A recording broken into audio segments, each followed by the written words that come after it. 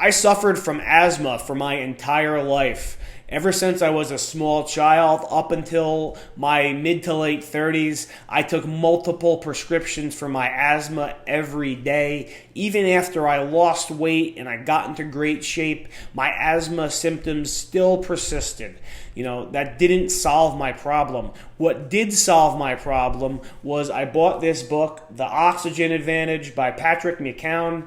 I switched to nasal breathing all the time. We're meant to breathe through our noses and not through our mouths. There's a bunch of reasons. It's well explained in this book. But switching to nasal breathing more with my diaphragm, and then I did the breath holding exercises that are outlined in this book. Basically, I walked around my apartment. I would exhale all the air and I would walk around my apartment. And when I first started doing this, I was able to go maybe 10 or 15 paces until I felt a strong urge to breathe. I did it pretty much nonstop for 2 or 3 days, and by the time I was done, I was able to go 35 or 40 paces until I felt a strong desire to breathe.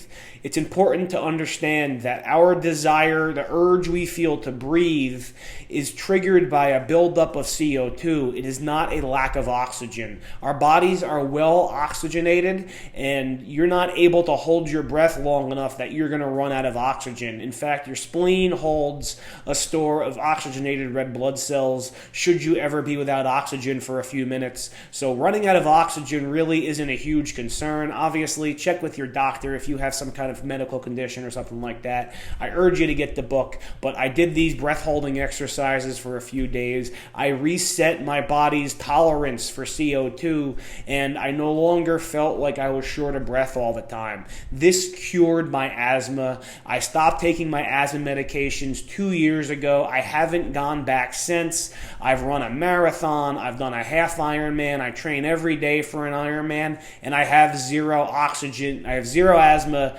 symptoms. I recommend getting this book and checking it out if you suffer from asthma.